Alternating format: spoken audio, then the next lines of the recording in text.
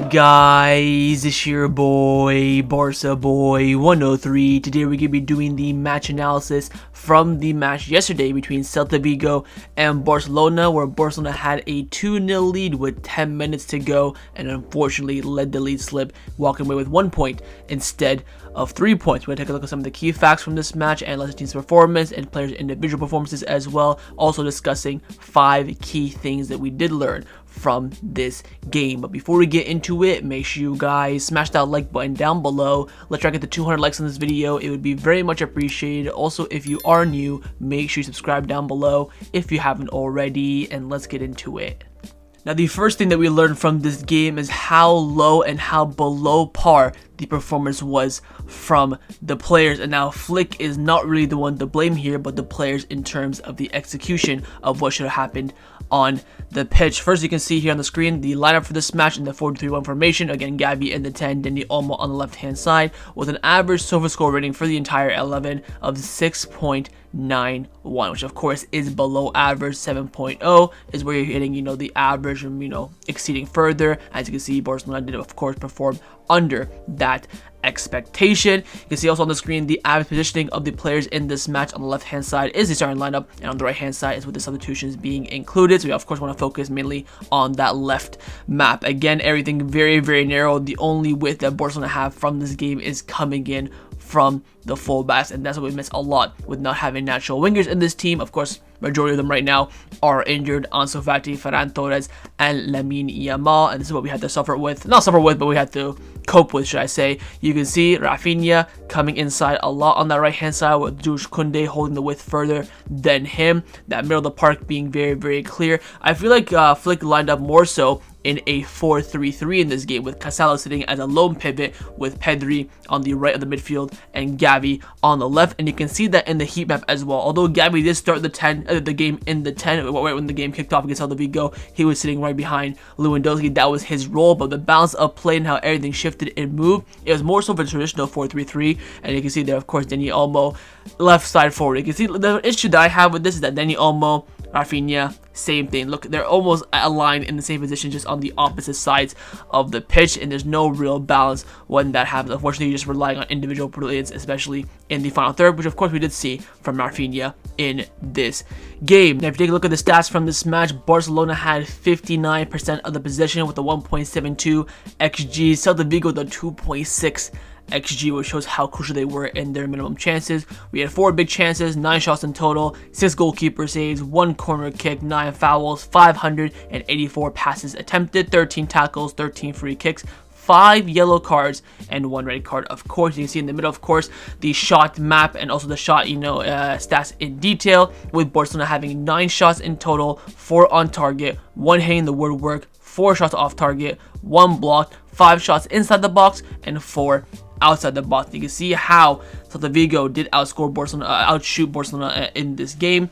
In terms of the key concentration for this match, you can see where Barcelona mostly had a lot down the left-hand side, both defensively and in the middle of the park. Attacking-wise, was pretty much all in that middle area narrowly. Barcelona had 2 big chances scored in this game, with 2 big chances also missed as well. Look at Celta Vigo, 2 goals, big chances scored, 5 big chances missed from them, so that's why their XG was so high. Also, touches in the area, we had about 18, with 1 foul in the final third and 3 offsides in total. Now, if you look as well at the average positioning of where the ball was spent in this game, you can see that 43% of it was spent in the middle of the park, 25% in the half of Celta Vigo, and 32% spent in the Barcelona half. So again, not the right balance there. We want that number, of course, being flipped. Of the 584 passes we did attend this game, 491 of them were successful, 21 throw-ins, 64 final entries for Barcelona, and final third phases as well. We completed 92 out of 132, which is around about 70% accuracy. We had the 61 long balls, only completing 30, so that's just under 50%. In terms of duels won, we won 52% of our duels. 6 of them were possessed. Ground duels, 36 out of 68, pretty low.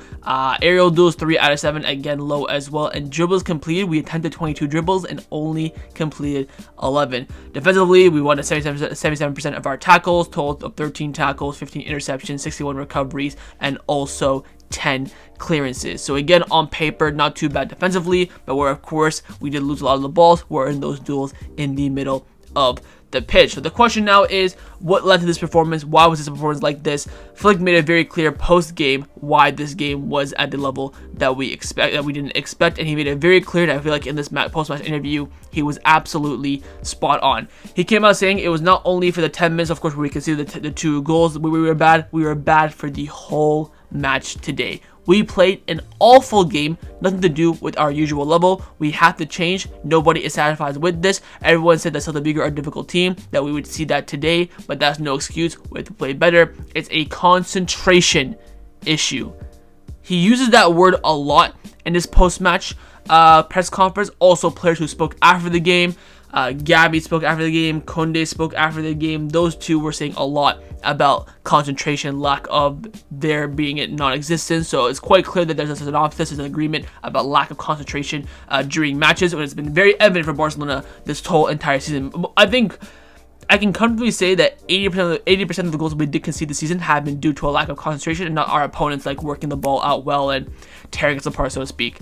Anyways, back to Flick. We have to go back and focus on what we have to do, how we want to play. Maybe sometimes it seems easy, but it's not like that. Everyone wants to play their best against us. They want to beat us, and that is the main concern. So again, everyone turns into, prime Ajax from the 70s or prime Milan from the 80s against us because they always want to beat us, and that's something we have to always adapt to. He was then asked on which mistake was more important or more decisive, whether the Casado red card or the Kounde mistake, and Hansi Flick said, neither. The result is the result of the whole match. Too many mistakes, too many bad passes, ball losses, bad decisions. It's about the whole team. We went together and we lose together. Again, very common opinion of what he's been saying. And like I mentioned in my match review yesterday, the passing in this game from Barcelona was woeful. If the passing was better, maybe there wouldn't be less balls lost. There would have been less decision making to make because the ball would have been so fluid. The passing, I think, again, dictated the poor performance from Barcelona in this game. He then goes on to say that I said it before and I'll say it again. It's the result is based on the way we play. When you play at only 80%,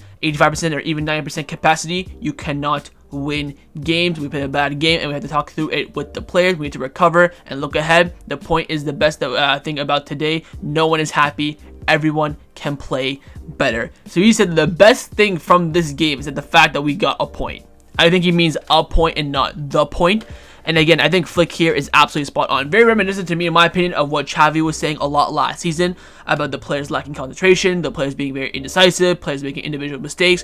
It's not like we got torn apart in this game. I feel like in the Osasuna game we did a little bit, but that's only because we had a fully basically half the lineup rotated, so the lack in quality was so low. Apart from that game, every single game that we have lost this season or we have conceded goals has always been, and it's the majority of the time, been our own downfall. And Flick made this very clear after the game. According to reports coming in from Cope, Hansi Flick gathered the entire team after the game in the dressing room and talked to them after the match. The coach was very angry because he believes they had a very bad game. We're hearing a lot of reports that he schooled them, he yelled at them, whatever the case may be. Maybe you can just go watch the All or Nothing Germany documentary. You can see Flick yelling in that documentary. Probably the same thing, but just in English. So Lewandowski did an interview with Rio Ferdinand during the international break, talking about how the dressing room is very united, but they all take criticism in different ways. Some people need to be yelled at, some people need to be talked to with nurture and care.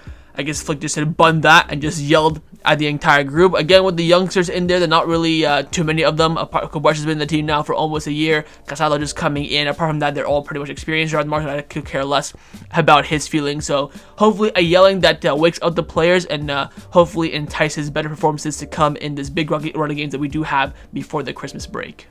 Now, the second thing that we learned from this game is that, of course, the lack of concentration in this match results in individual mistakes, and that's always been the deciding factor for Barcelona when it comes to points being dropped. Of course, we had two big mistakes in this game in the final few minutes of this game that ended up, of course, costing Barcelona all 3 points. But there is a bit of a positive side with players taking accountability for these mistakes. Like I mentioned previously, Kounde alongside Gavi were the two main players that spoke to the media after the game, and Kounde wanted to, he chose to, he asked to, due to his mistake that pretty much cost Barcelona the points. That's why I gave him my match review yesterday, gave him a 1 out of 10, because I believe solely based on Kounde, we dropped the points, and Kounde himself agreed. He came out after the game, said that we didn't play well from the beginning, and this is the result. It all starts from my mistake. It's so stupid. It shouldn't happen like that. I take full responsibility. It puts us in a very tough situation. We weren't playing well, but that was even worse. Before the first goal they scored, I stopped when I saw the ball went out. The rules say I should continue until then, but that goes back to what I said. We lacked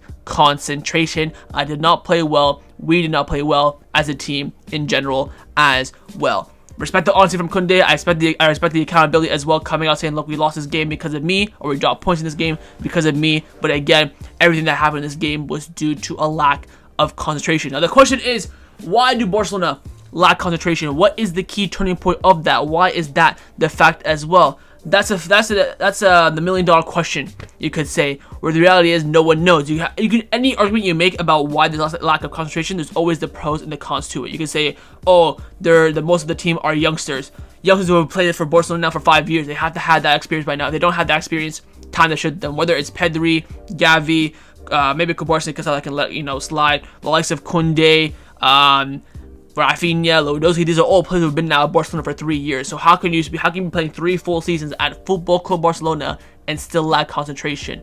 All these points that you could bring up, there's always a rebuttal to it. At the end of the day, though, it's an internal issue in the sense that whether it's Flick, the sociological staff had to figure out why the team always lacks concentration in key areas, and most importantly, in difficult games as well. At home to Las Palmas, at home to Espanyol, there's no problem. You're concentrated because you're at home. The vibes are great. You're balling. But away at the Anoeta, away at the Baedos, away in Monaco, away at Osasuna, that's where the lack of concentration always ends up turning up in those tough games that go under the radar against lower oppositions. Against the better teams like a Villarreal away, Real Madrid away, we tend to stay focused because it's a big game. We know it's a big team and a dangerous side. But against those teams that are just underneath our level but dangerous sides in La Liga, we tend to let that slip. Now, alongside Kounde, Casado also came out after the game about his mistakes, and I would like to apologize to the team and to the fans for my mistake. Again, decisions are always made in the split section in games, and today's decisions were clearly not the correct ones. We continue to work hard for what is left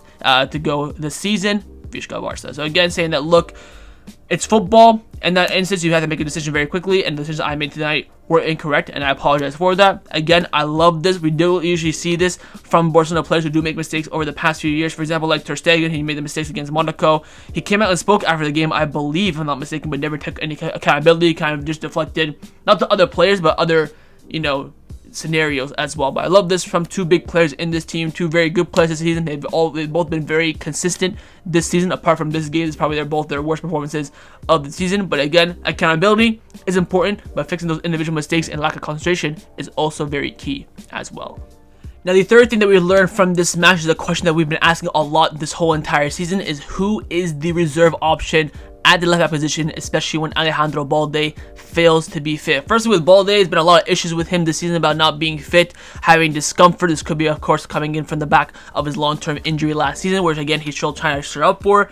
He tends to play about 3 games in a row, then needs a rest, and sucks after the international break. He should have had that rest, but again, that discomfort does come in. Shows how important he is to this team, but the question really is, who is the reserve option?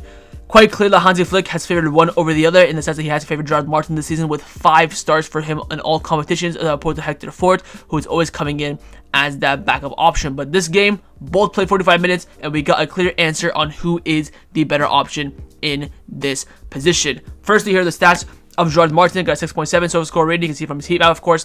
Played at left back. In the match, he played 45 minutes, had 0.01 XA, 1 clearance, 1 block shot, 1 interception, 2 tackles, was not drill pass in this game. He got the 3 ground duels and completed 2 of them, lost possession 11 times, committed 1 foul, 40 touches, 62% pass accuracy, misplacing 10 passes, and he also attempted 3 long balls and completed none of them.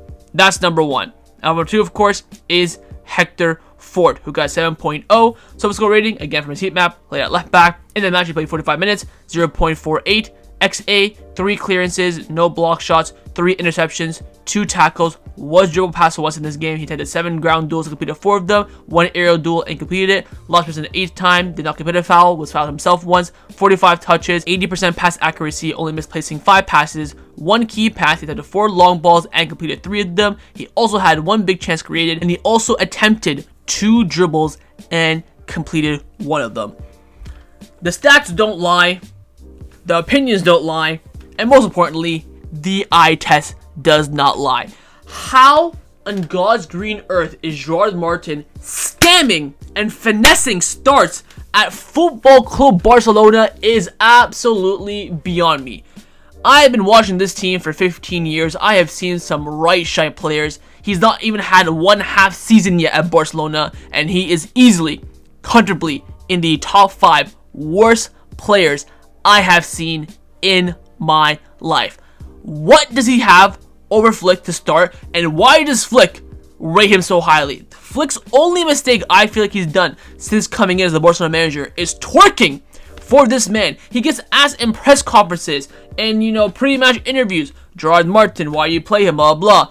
His answer is always the same. He does very well in training. I could not give a flying rat's arse about training. You've now had 5 starts, multiple cameo appearances. He's not played, I think, 190 minutes because he's getting hooked because he's that shite.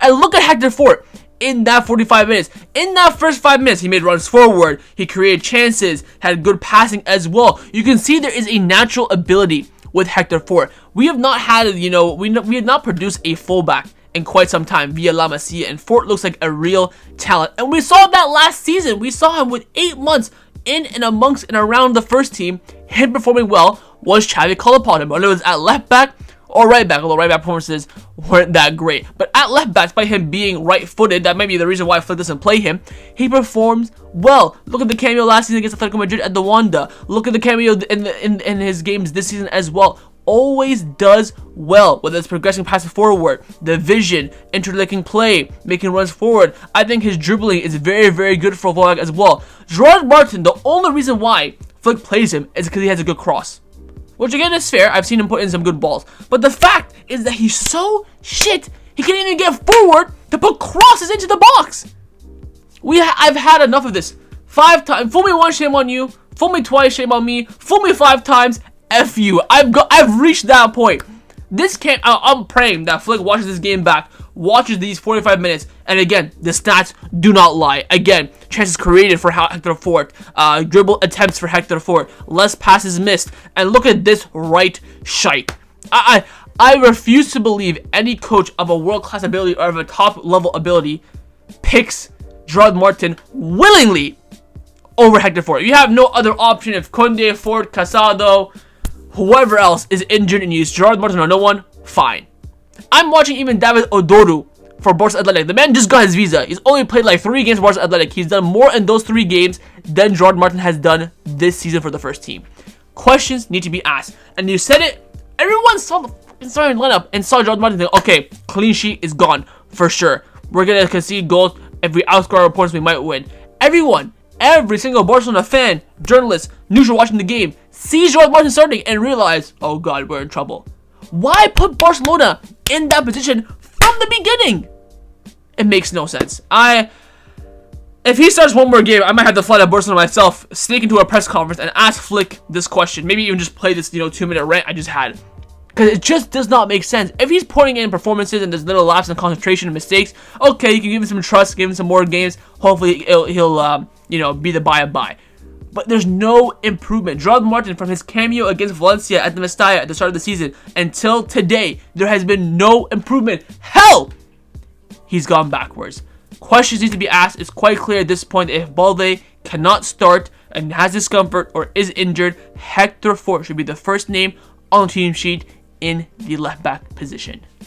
Now, the fourth thing that we've learned from this game, especially in my opinion, is that slowly but surely we are watching not the end of Frenkie de Jong, but Frenkie de Jong losing time at Barcelona. Again, with the overstocked midfield, Frenkie de Jong not really talking to Barcelona about renewing his contract.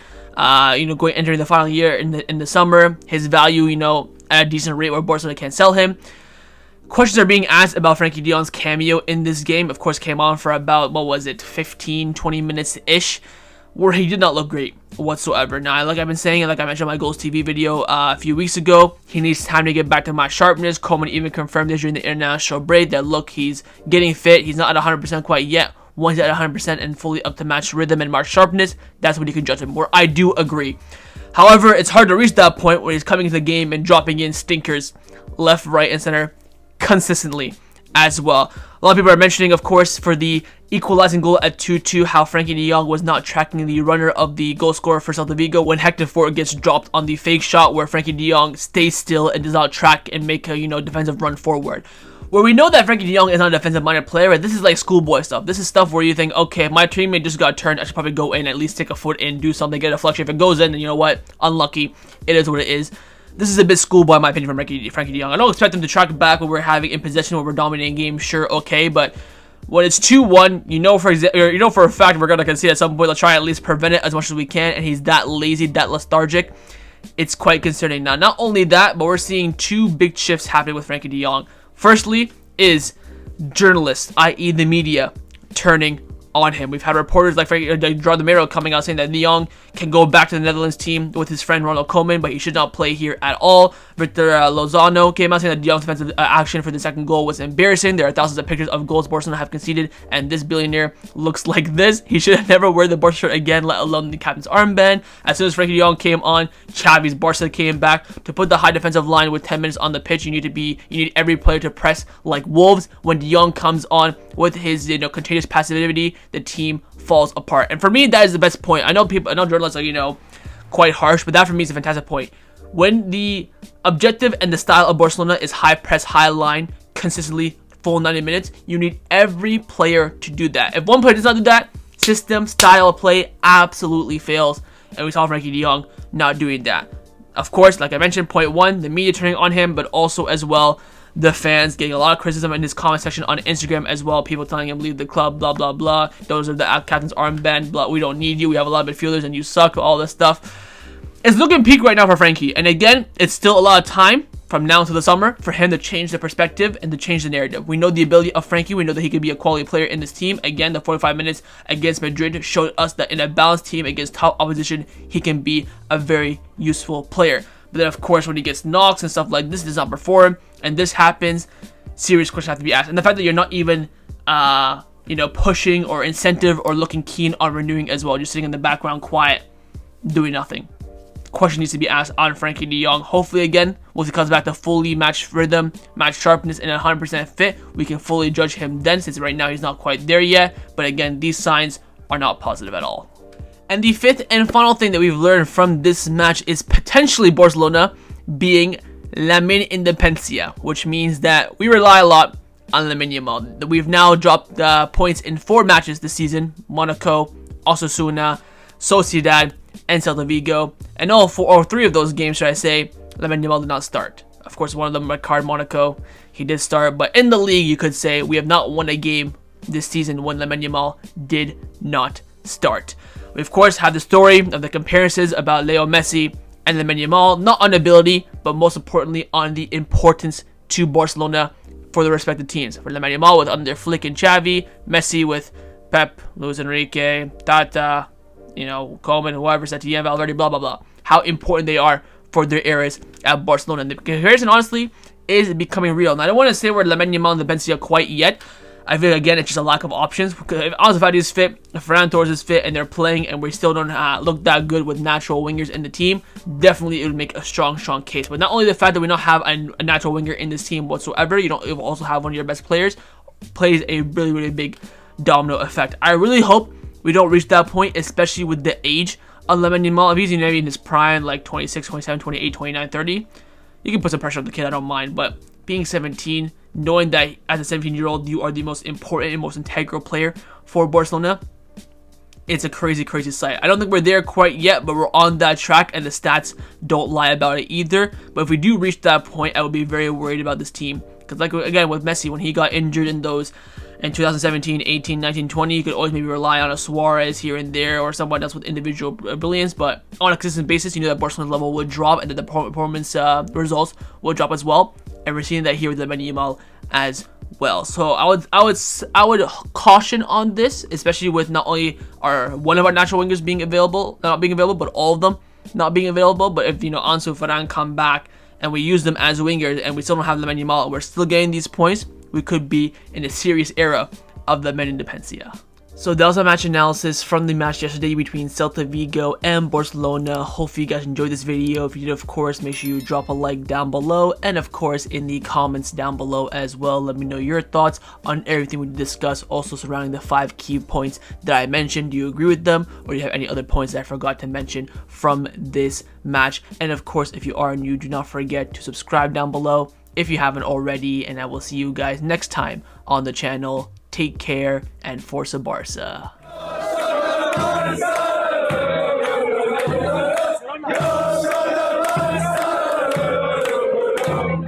Go,